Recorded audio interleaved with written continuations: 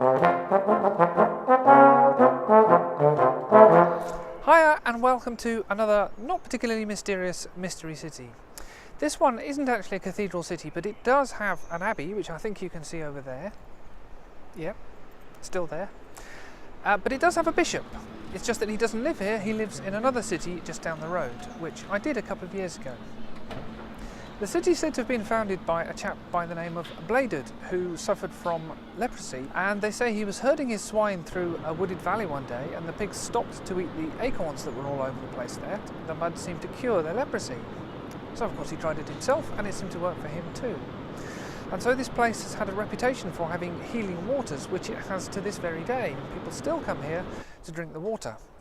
The Romans came here for the water as well, because they liked hot baths and stridulation and all that kind of thing. A little bit kinky really. Because of that pig connection and acorn connection, there are acorn motifs on some of the buildings. The city became wildly popular, is probably not an exaggeration, in the Georgian era, and that popularity was topped up a little when Brunel built the railway here, which made it easy to come here for your holidays from London. And what you did was you bought yourself a home here, and then it was fashionable to be seen here during the season. Very often these homes were built in fashionable circles and crescents, and when they were built, they were often built just as facades, and you then had your own builder build a house on the back of the facade to suit your taste. So although they're all perfectly matching and beautifully proportioned from the front, from the back they're a hodgepodge of different shapes and designs and roof lines and things. Also popular during that Victorian and Georgian period was to come here and take the waters. It's what you did.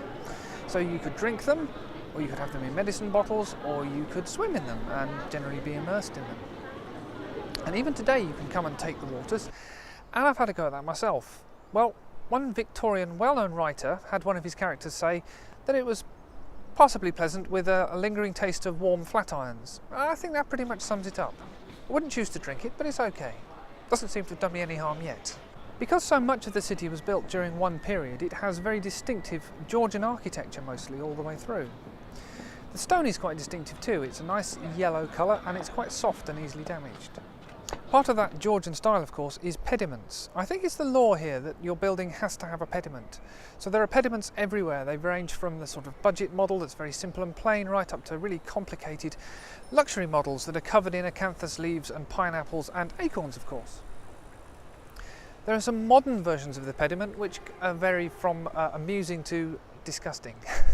The city is responsible for the invention of two different kinds of sticky confectionery. Does that cover it?